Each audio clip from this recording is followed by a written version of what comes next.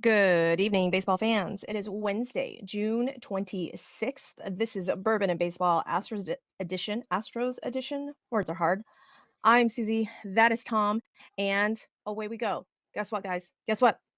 We're over 500. We're over 500. Oh, I didn't give you the warning. I didn't give you the warning yet. I have to give you the warning because there will be all of the cuss words. So, this is a rated R podcast for all of the four-letter words, all of the cuss words, probably some inappropriate adult humor, but mainly because of all of the cuss words. So, if that's not your jam, that's okay. Just hop on out of here, put some earmuffs on the children, or let them listen. I don't really care. Just don't judge me if they start using the words in the way that they're supposed to be used. I don't want angry messages. Like, Susie, my kid said such and such because they heard it on your show. So here's the warning. I'm warning you now. All right. With that, away we go. Tom, we are over 500. We are not. We are at 500. Why you gotta correct me like that? That's rude. I want the kids that are listening, when they get the curse words, to know ball as well. Fine. I don't know ball. We're not over 500. We're at 500. Excuse me. Semantics, people. Semantics. Whatever. I actually do know that is important, but whatever. We are at 500. We swept the Rockies. I realize that it's only a 2-game sweep, but winning 2 games in a row is still hard, even though it's the Rockies. Okay. And the way that the season is going, we could have easily been swept. So there's that. But we had 2 great performances by our 2 young rookies, Hunter Brown, Diesel. Diesel Day was fire. And Spencer Arrighetti, my goodness, have yourself a motherfucking day, sir. Have yourself a motherfucking day. We will get there. We will get there, though, because both of these guys deserve all of their flowers, all of the accolades, all of the nice words, all of the gold stars, chocolate chip cookies, whatever you would like to give them. They deserve all of it because these 2 guys put up performances. And I realize, I know, it's the Rockies. It's the Rockies, Susie. I get it. Regardless, still impressive. Still a major league team, right? Tom, tell me the thoughts on I was about to say Friday night game because I was looking at Friday, the Mets game. Tell me about the Tuesday game. Thoughts on the Tuesday game. Tuesday game was fantastic. I think anytime you get Diesel going, you hope that his first inning is clean, and it was. And then you hope they give him some run support, and they did. And I think you can really start to see the Astros as a team really starting to tighten the screws. You're seeing so much better baseball, so much cleaner, no errors. They're doing all the little things. There was a bunt that was laid down that I thought that was fantastic by Jake Myers in the game. Things that they could not do before, it seemed like all season. Now they're starting to perform at a level that they need to win these ball games in the manner that they have, meaning that was at that time 6 in a row. When you're to have these long win streaks, you really just have to be mentally tough and focused all the time and grind out at bats and make other teams make mistakes. And I think in both of these games that we'll get to, the Astros put extreme pressure on the Rockies to be perfect, and that's how they were able to win. Absolutely. Now, we went back to the whole let's score all of our runs in the 1 inning, though, in that first game. And in the first inning, that's when we scored all of our runs. Austin Gomber, apparently, they were like, oh, you know what? We're just gonna waylay into Austin Gomber. And maybe, just maybe, we'll knock him out of the game early. Didn't happen. But we got enough runs at the beginning, and Diesel held it down well enough that we didn't need more than 5 runs. Right? That was 5 runs, yes. Didn't You need hope more than 5 runs. you hope that 5's a good number, right? Like, we've seen it this season. 5 hasn't always been a good number, but more often than not, 5 runs is more than enough to get the job done. I get it. You would hope that they score them here, there, and everywhere. But if you're going to have a big crooked number early and then just be able to have that as a backstop for your pitcher to deal from, I think you could see there was a lot of confidence that Hunter Brown had, just because he knew that he had 5 runs to play with. He pitched a little more aggressively, and I think that helped him. Absolutely. So Hunter's final line was 6 innings, 2 hits, 3 walks, 7 Ks, and obviously didn't give up any runs. Uber, very impressive, very important, and he has put up 7th quality start now. And after the freaking start that Hunter Brown had to this season, we love to see it. I think he has dropped his ERA from 9 something down to a 4.37. And if you want to talk about just his last recent string of starts, I think his ERA is minuscule I wanna say, like, sub-2s. Taylor Scott came in after that for an inning. Seth Martinez, we talked about you last podcast, and we asked, "Is Seth Martinez dead? What happened to Seth Martinez? Where is he?" And he came in. He came in, and I don't know, I guess he was a little rusty because he was only able to get the 1 out, and then Ryan Presley came in, got the hold. Josh Hader came in, and you know what? Tip your cap because Josh Hader gave up a solo home run, and that was, like, up and in. I I don't even blame you. I don't even blame you, Toglia, however you say it. I don't even blame you because that was it was not even a decent pitch to hit, and I'm all, "Oh, alright." Little Crawford box special there. So, let's see. Hunter Brown's, let's see, 94 pitches, 58 for strikes. 58 for strikes. Love it. Absolutely love it. There was one play that I wanted to talk about, and I probably should have written notes, but you know what? You get what you pay for, peoples, which is not anything. So, you say something, Tom. I find this play that I wanna find. I will say that I loved not having to use Abreu there because that made him available for today's game. I think that Joe Espada is doing a better job feeling out some of these wins that he's seeing out, like not letting them get too dicey, being able to go, okay, if I need to bring in my big guns, I'm going to do it. I'm going to give some of these guys a chance to perform and not afraid to use Abreu, Presley, and Hader with a 4-run lead, which I think is really good. I think these wins are more important right now than worrying about usage and who's pitched what. Obviously, you don't want to injure anyone, but just to be able to see some of these victories out where early in the season, I think they lost some games like this where they had a 4 or 5 run lead and teams were able to walk them down little by little. For me, I think Joe Espada is doing a better job of managing as of late. I like what he's doing, getting Jordan Alvarez out of the game, moving Chaz around, Joey around, Cabbage around to be able to get those guys still in the game, get them in a bat, but keep the defensive shape, that sort of thing. So just a really well managed series for me. The first game was great because you felt like after a big, huge series win against Baltimore, you worried that they'd be flat against the Rockies, and they saw the light at the end of the tunnel. They're like, nope, we're not done. We got to keep going. We got to get these dubs. Absolutely. Player of the game for that game, Jake Myers with 2 doubles because, of course, it was gonna be Jake Myers because he was on my bench. So, love to see Jake starting to get hot again and put the ball in play and get those extra base hits, and all around, just a really good game. I think everyone up and down the lineup got a hit except for Pena, who worked a walk, and then Dubon and Joey. The fact that literally everybody in the lineup besides those 2 got hits, I'll take it. I will take it all day, every day. Oh, okay. You just really wanted to let them know. Hunter Brown has been phenomenal. And I heard some of the sports talk radio people talk about who's he done it against. And to be honest, I don't care because I don't care that it was the Rockies. I don't care that it was the Angels. I don't care that it was the White Sox. I don't care who he's pitching well against because he's pitching. He's a fourth or fifth starter. If you're able to get quality production from your fourth and fifth starter against whoever it is, you take Right. that. Absolutely. Here we go. Hunter Brown's last 7 starts. 6 innings, 2 hits, 2 runs. 6 innings, 4 hits, 1 run. 6 innings, 5 hits, 3 runs. 6 innings, 2 hits, 0 runs. 7 innings, 5 hits, 0 runs. 6 innings, 7 hits, 1 run. 6 innings, 2 hits, 0 runs. Need I remind y'all that there are some major league veteran pitchers out there not doing this? And this, I say boy, he is a man, but he's a youngin'. He is 25 years old, He is and a he is man. doing this essentially on year 2 of being in the rotation. Just hats off, Diesel. Hats off, and the fact that he is looking more and more like baby JV, being able to run it up in there for 98, 99. but not living at 98, 99, and then dropping in that, like, wicked curveball. Just love it. Absolutely love it. Bring me if you can get this from Hunter and the way Spencer pitched today, good night. If you can get that from your 4th and 5th starters, what the fuck are we doing? That is a badass rotation right there.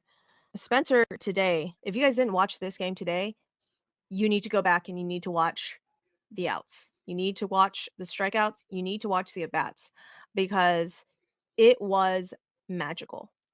Up until this point, Spencer hadn't gotten through a game without walking at least 3. That's, like, the average for him, and he didn't walk anybody He didn't even today. have a 3-ball count.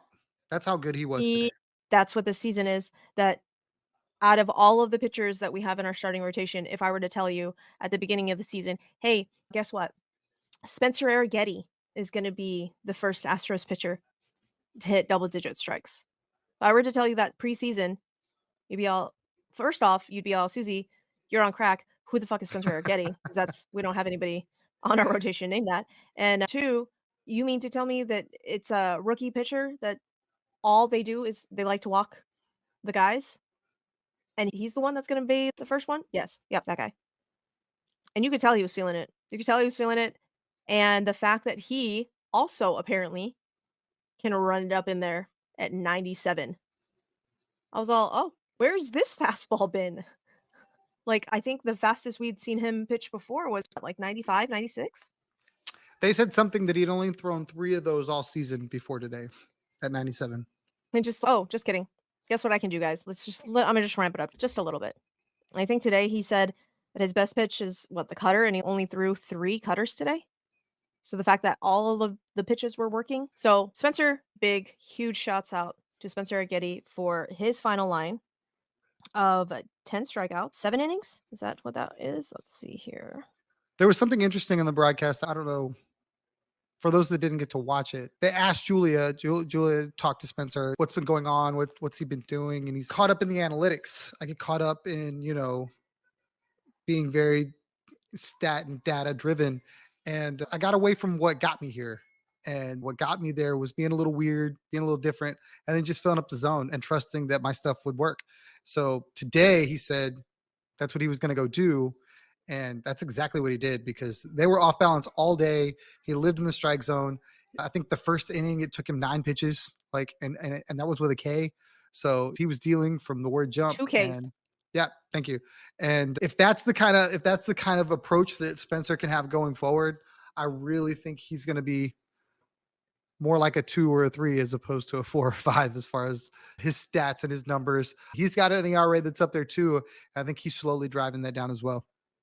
Absolutely. So his final line was 7 innings pitched, 3 hits, 10 Ks. Absolutely love it.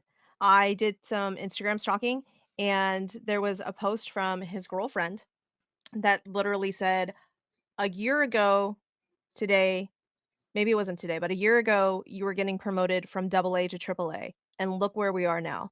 For some reason, I thought that Spencer Arrighetti had been in triple A, apparently longer than a year.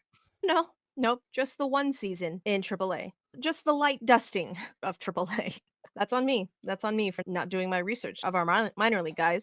So the fact that he is doing all of this really, I don't wanna say it like a year too soon, but maybe just a year earlier than what maybe he had on his radar, that everyone had on their radar, and his stuff plays, and his stuff played really well. I wanna give a shout out to Cesar Salazar. First off, I really need to figure out if we've ever had 3 catchers in our on our rotation in our rotation that can hit, because Cesar got some hits today, drove in some runs, but also, I don't know where to look this up. Tom, do you know where to look up catching receiving stats? Is that Baseball Savant? I need to know these things. I Maybe. need to I don't know where they get the framing metrics and all that jazz, and Okay. I don't know. So, if you know, please drop those in the YouTube comments of where I can find receiving stats, catching stats, because I'm almost positive that Cesar Salazar is a better catcher than Yiner. I think his receiving skills are better than Yiner's. And he stole some strikes today off of there was 2 for 1 batter that the way that he framed those up immediately, like, those were not strikes. He stole them. And I don't know, maybe that's the battery that is used at times with left-handed batters. Because I totally forgot that Cesar was a left-handed batter too. Maybe Jordan in left and then Cesar behind the dish and Yiner at DH. And the fact that our catcher is DH is almost a cheat code, because if you remember, like, last season when Travis d'Arnaud and Sean Murphy were doing it for the Braves, having a catcher that can hit I don't know if you guys know that or not. I mean, Yiner But hit the fact today. that yeah, oh yeah, Yiner hit today, went 3 for 4 today, but the fact that Cesar is still over here driving in runs, I think he went 2 for 3? He Was that went his 1 line for today? 3, but he had a 1 for 3. sacrifice fly. So, a fucking bang up job while Victor Caratini is out, and not gonna lie, when Victor Caratini went down, I was like, "Fuck. What are we gonna do?" Because Victor Caratini had been a good bat too, and not a black hole when he's been in the lineup. So the fact that we can now put both, either of the catchers in, and I don't feel like it's a huge black hole, I don't know how to feel about that. I would not get comfortable with it because the Astros just signed another catcher. So I don't know if he's gonna go to Sugarland or if he's got big league experience. For those that aren't aware, the Astros signed If Omar. you tell me that we're gonna Narvaez. Yes, Yeah, no, I know that. But you mean to tell me that you think that they're gonna put Omar Narvaez on on the the big big league club roster, and I send do. Cesar back down? I do. I don't like Like that at all. it's not even a question. Why else would you? I think two things. One, I think Victor's hurt worse than we thought, and two, I think that they brought in Omar to replace Victor, and I don't know how long they're going to carry three catchers, but if they continue to, fine. But I think Omar catches some. I think they send Caesar down when Victor comes back. I don't think I like that. I saw the signing. I was like, why would we do that? And then I was like, Victor must be really banged up.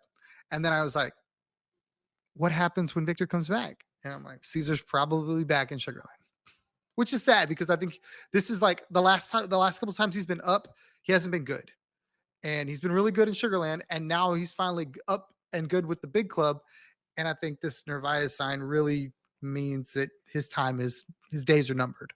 I don't know how many. If you told me that Victor was down for the season or something crazy like that, then obviously he's probably sticking around much longer. But if it's going to be like an extra 2 weeks or whatever, they're not going to carry four catchers. I don't like that. Like that at all. I personally hope you're wrong, Tom. Hopefully, Omar Narvaez is chilling in Sugarland and we keep Cesar Salazar. Because like I said, I think his receiving skills are uber uber talented and I think he steals some strikes.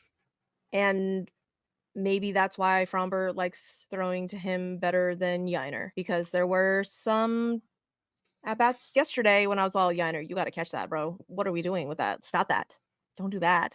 I say this like I could do a better job. I can't. I know that, but I'm pretty sure he could. But maybe they can feed off of each other. Who knows? Maybe Yiner gives Cesar hitting tips, and Cesar can give him framing jobs, framing tips, framing words are hard. Framing tips. Yeah, that's what I was gonna say. I don't So see what everybody. I don't see the big complaint with Yanni behind the dish. I think he gets crossed up with some guys more because he's catching more, and it's I'm catching guys that I didn't catch. So he's trying to, in my opinion, I see him try to set up in different places where every time I saw, or at least not every time, but most of the time I saw Caesar just set up in the middle, where I see Yannick move around a little bit to the edges. mhm. And I think that hurts him if they get crossed up. Or if you're in the middle and you get crossed up, okay, it's not as much of a stretch. If you're leaning to one side and you get crossed up, then it looks like he's diving across the plate and he loses a strike. So maybe that's Okay. something that Yiner goes back to. Look, I'm just going to be a statue in the middle.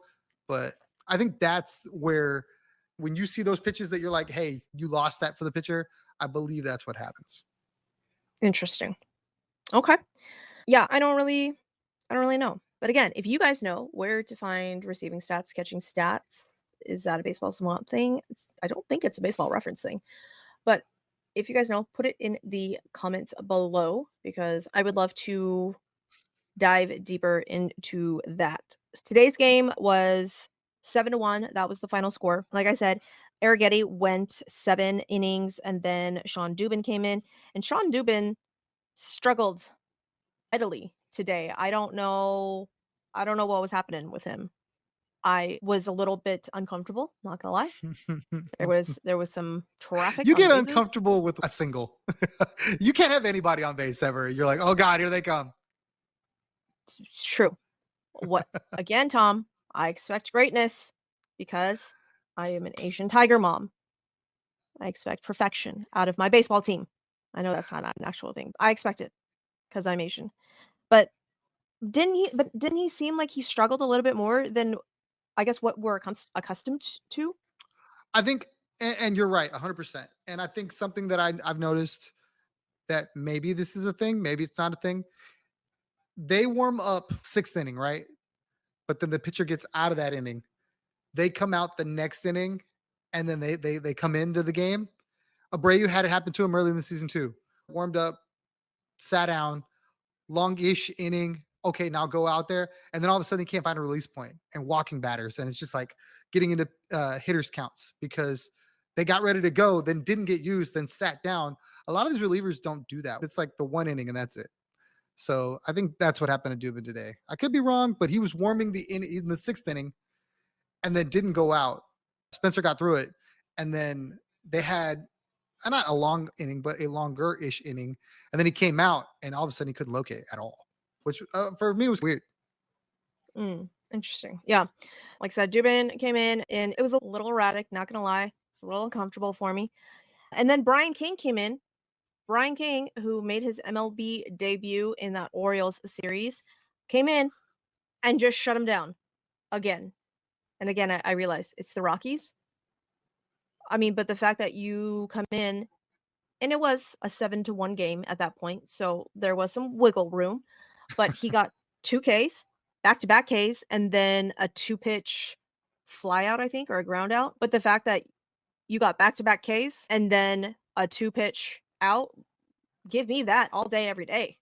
No traffic. I don't have to use the damn it doll. Yes, please. So, again, and I guess they said on the broadcast that he had been used as the setup guy for Wander Suero in AAA. So, I wonder then, what's the pecking order? As far If they're as using if they're using Brian King for this, but they used Luis Contreras last time as the quote unquote closer, but then Wander Suero is the closer in AAA, because I'm not familiar enough with AAA's stuff to say it. So why why are they bringing up Brian King versus Wander Suero? the only thing that I can think is that Wander Suero is a closer, and when you're like grooming a closer, you don't want him to do anything but close. You know what I mean? Oh, With setup guys, it's like you pitch wherever, eighth inning, seventh inning, sixth inning, whatever. What I will say is that I'm going to need Joe Espada to keep using Brian King. I need to know the depths of this. Is he this dude? Can he keep being this dude? I'm going to need all of this dude until you prove you can't be that dude. Because Brian King is nasty. Everything, he pounds the zone, no nonsense. He's got good velo. Just keep running Brian King out there until okay, we have one of those. I ran into, I gave up a run, I put on some traffic. I'm gonna need to see more Brian King because it's two so far. The 2 innings that he has pitched have been really impressive. yeah. So yay that that we just keep pumping out relievers that can throw strikes and fill up the zone. But apparently starters keep getting hurt for us. Side note, JP France down, out with shoulder surgery for the rest of the season. We don't know what kind of shoulder surgery it was. Yes? They hadn't No, said? mm-mm. As long as it's not elbow. Shoulder's not good either, but it's better than elbow. Yeah. So Side note: Luis Garcia is planning to pitch 2 innings in Florida, Friday or Saturday. So some good news finally. that's gonna be great. Fucking love that. Justin Verlander is not traveling with the team to New York. Apparently that neck is really bothering him. I don't know. I don't know what, where, how. What are we doing here? You know what I JV. think? You know what I think, the thing with JV, and I had to talk it through, but then it made all the sense in the world. I think that would be JV's first time back in New York in City Field, and he's not going to pitch. So why would you go there to be in the dugout to get heckled by fans? They're like, you know what, JV, just hang out with the youngin and the supermodel wife. We'll handle this. There's no reason for you to go up there Okay. Okay. I didn't even think about that. Why would they heckle JV though? because he was the Met that didn't Met. Him, Scherzer, all those guys showed up, got paid all this money, and then got traded for prospects. Yeah, but I'm not gonna lie. I'm gonna tell you, the Met fans are very happy with Drew Gilbert and Ryan Clifford. So I don't know if they would boo Justin Verlander. They may salute Justin Verlander for and thank him For for his giving service. them Their owner in paid top dollar for those prospects. They're still paying for those prospects. all I'm saying is Ryan Clifford may actually be like their favorite prospect. You have Luis Angel Acuna, Ronald Ronald's little Acuna brother. Jr.'s little brother, but you haven't really heard much about him over there. But there's almost not a day goes by that I don't see a fucking Ryan Clifford highlight or something from their minor league teams. It's one of those stand up and give JV a fucking salute. Maybe you're right though.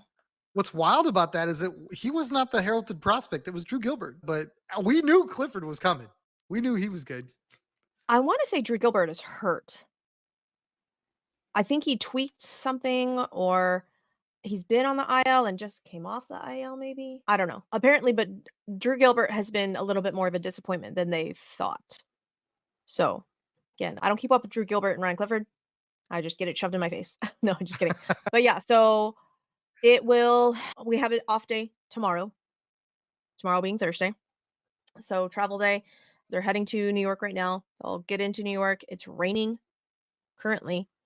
So we'll see how weather delays, if there are any weather delays, and what goes on there.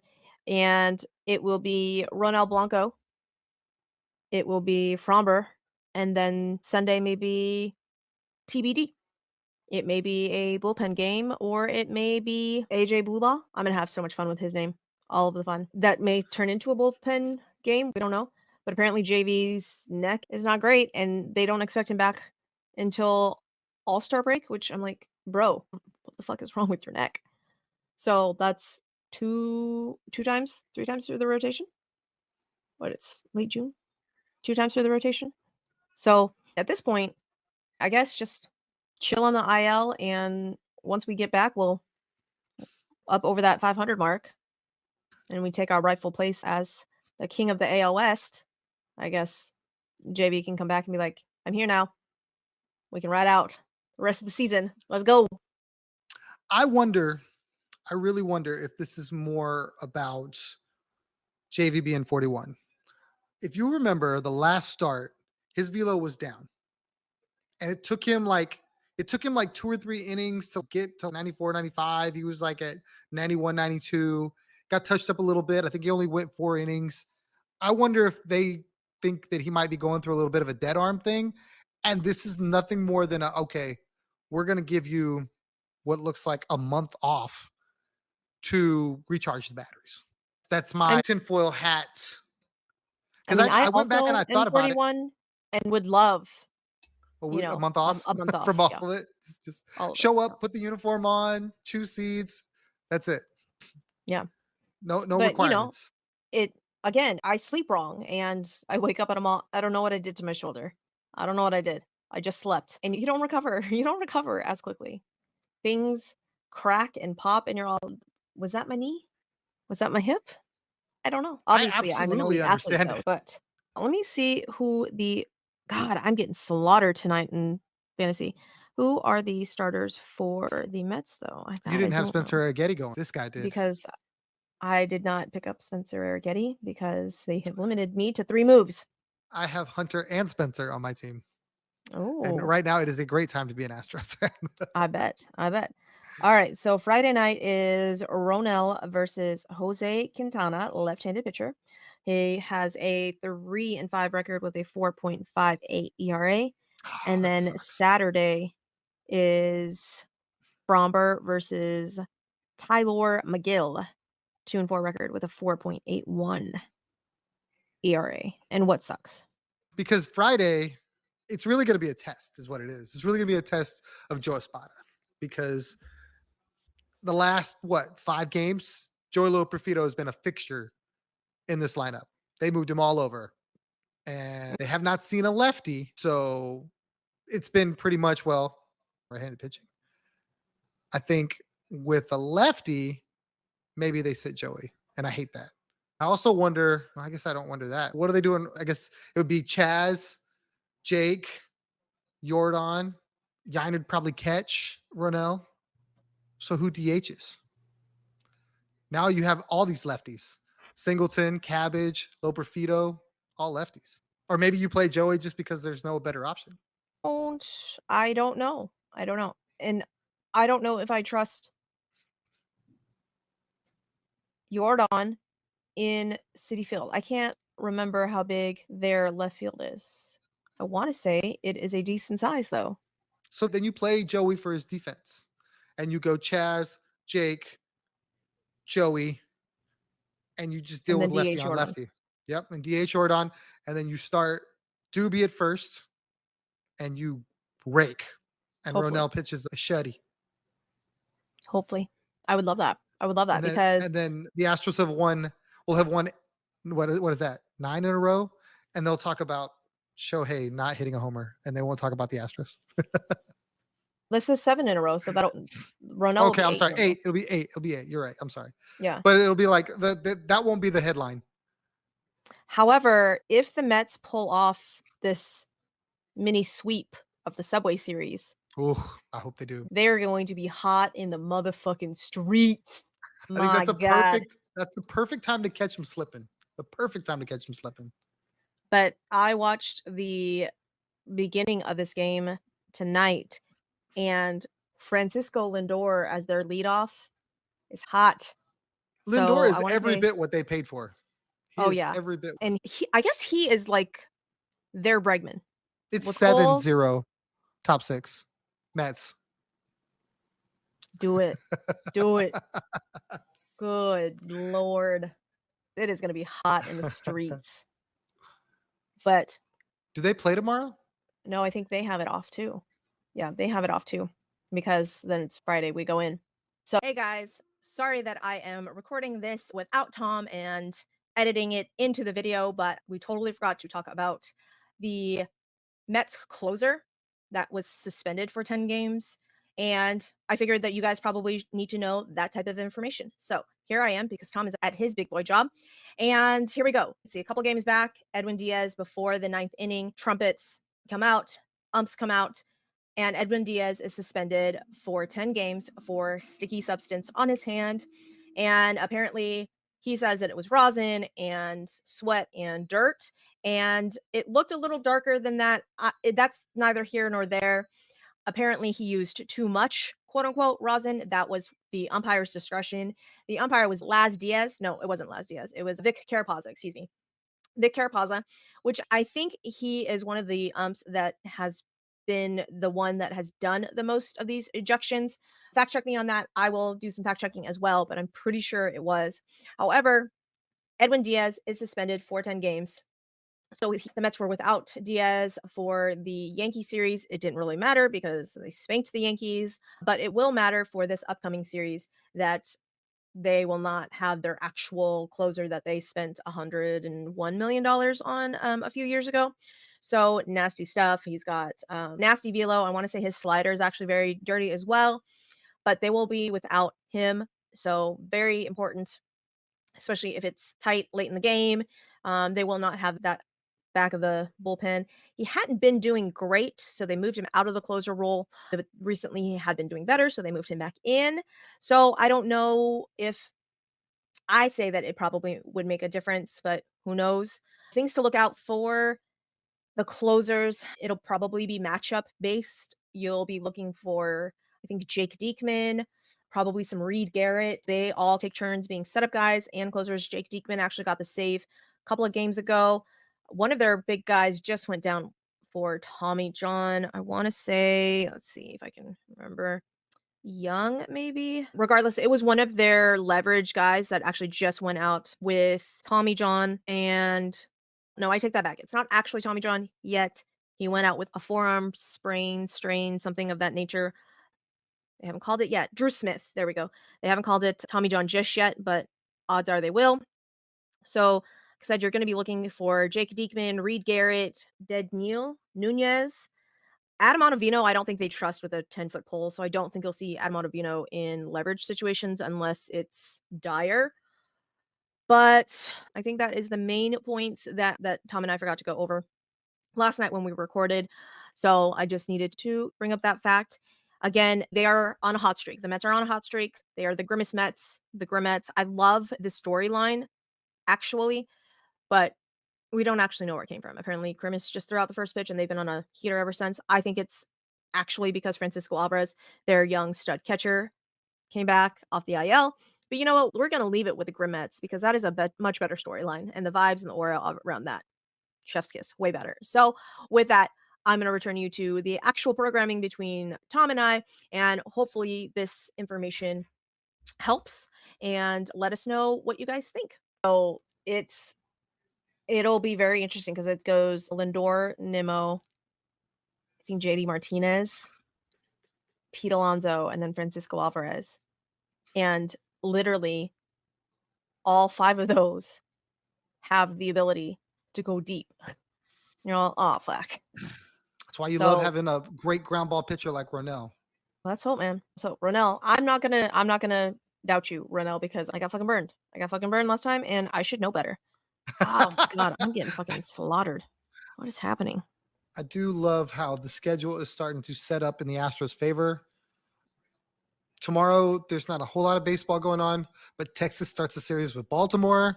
Baltimore is trying to get right because they won today, but before that they had lost 5 in a row. Kansas City, a team that the Astros are chasing for a playoff spot, start a series with Cleveland. Cleveland's one of the hottest teams in baseball, so that works in the Astros' favor.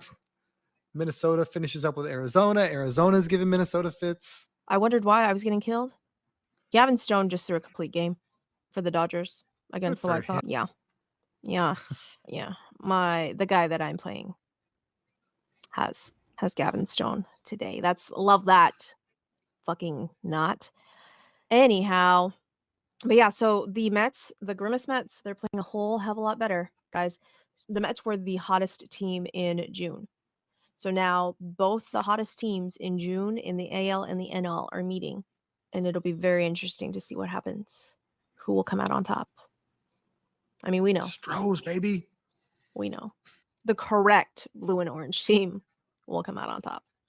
I do love So, that, and I didn't think about it till just now, but that you talked about City Field and all these guys going deep, and Fromber's a ground ball pitcher too. Definitely not going to beat you with the long ball, so they're going to have to string it together. although I did watch Francisco Alvarez park a 2-run home run in the bullpen in that game. Their third baseman, rookie Mark Vientos, also a threat. Legitimately, their entire lineup, besides like Jeff McNeil and Tyrone Taylor, you would circle. So now you're like, oh, okay, fine. All of you are now hitting? Great. Love that. I want to say that lineup now looks a little menacing. Let's see. Yeah, because Harrison Bader can get you. He's having quite the series Nimmo, right JJ now Stewart. against his former team. Harrison Bader? Yes, Yeah. But I wanna say, though, maybe, just maybe, the fact that they haven't seen Ronell will help. Maybe yes. they're like us. Maybe they can't hit pitchers that they have not seen before. It is now 7-2. Soto walk, Judge homer.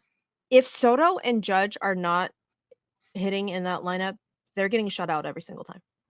Yesterday it was funny, or maybe it was today. I saw a tweet where it was like they figured out I think it was like a Yankees fan talking trash on the Yankees. He was like, the Mets have figured this out. And it was like Soto walk, Judge walk, ground ball double play. That was like, and then fly out or something like that. That's how they got around him. Yeah, no, it's about right because Alex Verdugo was hot. Now he's 0 for 21 or something like that now, and he's been grounding into all of the double plays too. Just get that series win and keep it rolling. Keep it absolutely rolling. And guys, if you guys did not watch the game tonight or today, go watch the game.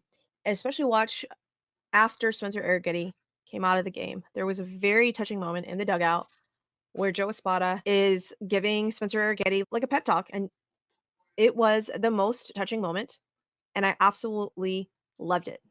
I teared up a little bit. My cold black dead heart just had a moment of weakness, and you could just tell like how much Joe loves the players. You could just tell how much Spencer appreciated it, and then right after that, I think Joe said, "Good fucking job," or something like that, and then right after that, Spencer Getty and Ronell give each other, like, a really big hug, and it was just you can tell that these guys like each other, like, genuinely like each other. Yes, it's a job, yes, it's a workplace, and of course, you're not gonna be friends with everybody that you work with, but you can genuinely tell that most of these guys actually like each other and actually consider them friends, and today they were talking about how Ronell had been doing well and Fromber had been doing well and Hunter has been doing well, and they're like, "Spencer just didn't wanna be left out," and he's like, "Yeah, that's they wanna pass the baton,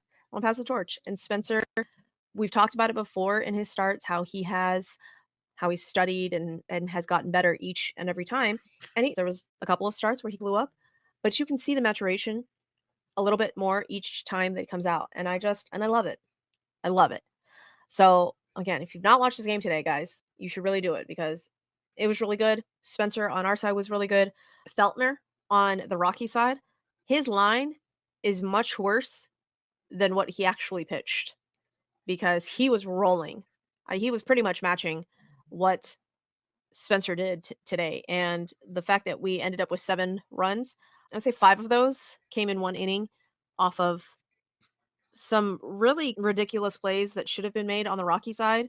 There was a pop up from John Singleton that should have been caught by like Ezekiel Tovar, and Brenton or Doyle was coming in, anyone. and And they yeah, were all standing there. it wasn't caught, and it was, and at that point you're all, what the fuck? So, but then after that there was a blocking. There was a blocking of the bag call from the first baseman, which is Toglia, I think, and Joey got to advance to second base. I'll take the call because it's for the Astros, but I don't think the I don't think the umpires got it right. There was quite a bit of lane there, and so I'm all, "Ah, okay, sure." And you know that we have the best broadcast booth out there. Blum and TK will call it like it is and will never overly criticize and will never overly, they'll praise, but if the umpires got it wrong, they will say so, and they said it on the broadcast flat out. "Oh, no, they I don't think that that the umpires got it right on this one, obviously," and they did the replay, and TK's, you can see the lane right there. So, again, shout out to TK and Blum because like I tweeted earlier today too, you could just tell how much they not are fans because I think they are, but it truly comes through when the guys are doing a great job and they give genuine compliments. Like you can just hear it, the genuine excitement and admiration in their voices. And I love it so much. And it was so funny because after, I think like right after I tweeted that, Blum had said something about, I feel like we're proud parents. And our kid just came home from school with an A plus on their report card or something, and that's how they talk about the players because they truly enjoy their job and they truly enjoy watching this team, and I don't remember when did Blum and TK come on? Have they been here? So Blum was first. They were both Uh-huh. way before baseball Susie. TK was like, I want to say like right on 20, but Blum was like 2 years prior. Okay, so Blum had to do some color for some not good baseball Oh seasons. yeah. Oh yeah. Okay. But TK has He's been spoiled. here essentially the all of the golden era? Okay, Yeah, okay. basically. But obviously, you're having a little bit more fun when it's your team doing these things. But the mood is just a lot better in the clubhouse, in the fan base, because we finally have reached the quote unquote peak. We've reached 500, which a week ago it did not look great. Did not look great. And apparently in Mexico, they had the goal, the guys had the goal to be at 500 by July, right? That was that the benchmark that they gave themselves? Yes. By the All-Star break. Okay. By the All-Star break. Oh, so even better. They're like almost 3 weeks ahead of schedule. We love that. So, again, if you don't see that episode title, we are finally at 500 and the Rangers are 7.5 games back. We're closing in on the Mariners. The Mariners have lost now 3 series in a row. I don't know if you know this. That's not good. It's not good. I wish that Tampa would have won today and swept them. That would have been But mucho by better. Tampa losing, we jumped them in the wild card race. So if you're about if you're about the scoreboard watching life right now, The Astros are 3 games behind the final wild card spot, which are tied between Boston and Kansas City, and 3.5 games behind Minnesota. So there are options available for the Stros if they keep trucking and these guys beat each other up. Obviously, the division is number one, prime. But like we've outlined all of the first half, Seattle's got a really good bullpen, a really good rotation, and a decent bullpen. So you get those guys to hit a little bit, and they're going to win ball games. It's crazy to me, absolutely crazy to me, that their run differential, they're 9 games over 500 with a run differential of plus 11, meaning they've only scored 11 more runs than they've given up. The Astros are 40-40, and they're a plus 30 run differential. Numbers would say they're not as good. Their record is better than what they should be. Absolutely. I want to say the last episode of Bourbon and Baseball, All the Balls edition, Kelsey and I stumped Kelsey because I said, who do you think has a higher batting average? And she's like, what? Who do you think has a higher batting average? The Mariners or the Marlins? And she's all, oh, wait, why is that a thing? If you guys don't know, the league in batting average is not great for the Seattle Mariners. Not great at all. So if I were to tell you that the Miami Marlins have a higher batting average than the Seattle Mariners, you would look at me and you would say that I'm a filthy, filthy liar. The Oakland Athletics have a higher batting average than the Seattle Mariners. The only team that has a lower batting average than the Seattle Mariners, the Chicago White Sox. Now, see, if you told me they had a higher batting average, I'd call you a filthy liar. But that says a lot. They've had Yeah. phenomenal pitching. You Has know who got them has to this point. Do you know who has the highest batting average in the league? It was the Astros for a while, was it not? It is still the Astros There you go. at 263. 263. Do you know who leads the league Slug, in slug? Aaron Judge. No. Which team? Oh, team. I think that's the Astros too. Who would it be? There are 3 teams. There are 3 teams ahead of the Astros in slug. The Baltimore Orioles, the I could Los see that. Angeles Dodgers, the New York Yankees, and then the Houston Astros. But that just proves where the Astros probably should be, provided they get consistent pitching, bullpen, starter, whatever. Do you know who leads the league in strikeouts? What team leads the league in strikeouts? I do not. I would have The guessed like the Seattle Pirates. Mariners. Oh, that makes sense. Seattle That Mariners makes with sense. 825. 825 strikeouts. Do you know what team strikes out the least? I don't know. Houston Astros. I believe that. 536. I believe that, but I bet it's close, right? Like it's not by much. The Seattle Mariners have 825 strikeouts. The Houston Astros Wow. have 536. It's not on Math Pod, but I'm pretty sure that's a lot But of I'm giving you strikeouts. all these numbers. That's a big difference. It's a big It difference. That's is. almost 200. That's why I feel so confident about the Astros' ability to get this division. I really feel like they still have to play them 6 times, and you just need to win half of those. And we always talk about the Cleveland Guardians, how they're slap hitters, how they and just get on base, they don't strike out. The Cleveland Guardians are the second team that strikes out the least, and they have 559. That's still a decent amount. So the fact that the Seattle Mariners shed some guys last season to try and curb their strikeout numbers and yet are still leading the league in strikeout numbers cracks me up. Time to fire a hitting coach. They actually did. They fired their hitting coordinator, Branton something, a couple of weeks ago. And so I was like, oh, but yeah, so it'll be interesting to see what we can do this weekend. Fingers crossed we can keep it rolling and get some more dubs because I would love that. I would love the next time that we record to tell you that guess what? We are over 500 and then be actually correct that time and not have to be corrected by Tom. I'm sorry. Whatever. No, I'm just kidding. But no, it would be great. It would be great because The Cleveland Guardians have the best record, best win percentage now, I think, in the AL. I don't think they have the best record. I still think somebody else has the best record, but the win percentage, I think it's the Guardians. I don't think we're gonna chase that down. That's not what we're gonna chase down. But we can chase down the AL West. We're coming for you, Mariners. The Mariners play, what do they play next? They play the Twins next, I think. which I think is Yeah. really good because that serves two fronts. They beat each other up. Somebody's coming back to the Astros in that scenario. They play the Twins for 3, so they have 9 games between the Twins, the Orioles, and the Blue Jays. And then they go on a California trip to San Diego, and then the Angels, and then it's the All-Star break.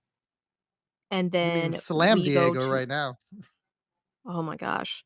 I need all of the vibes in San Diego and Jerks and Profar. Give me all of that. Bottle that the fuck up and give it to me immediately. And then we see them again at home in Seattle. So that will be interesting to see where in about a month, if the roles have been reversed, where we will be.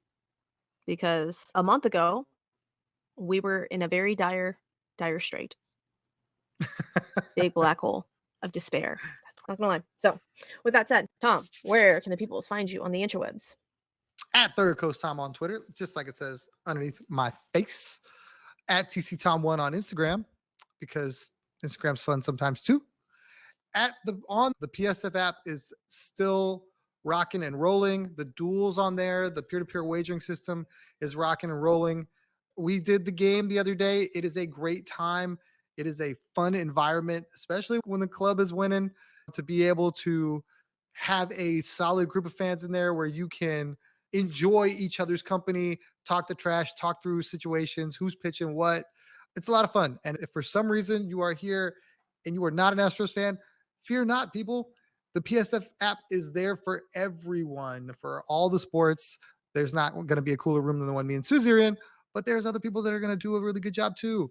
And you can go check out if you're a Yankee fan, if you're a Mets fan, if you're a Ranger fan. I don't know why you'd be here, but if you're a Ranger fan, I think they have something for you too. It's probably not as cool because they're struggling, but they have something for you too.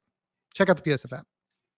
All of the truths, no lies, right there. The next game that you guys can join Tom and I is next Tuesday, which is the Toronto Blue Jays. So if you want to come hang out with us in the PSF app in the Astros room next Tuesday, that game, I think first pitch is at 6:07. So again, be watching our socials. I will put a reminder up the morning of probably to come join us there. And it's a good time. Like you said, it is a lot of fun. And it's basically like this, but you get to interact with us in real time. So, with that said, if you've not pushed the subscribe button, why not?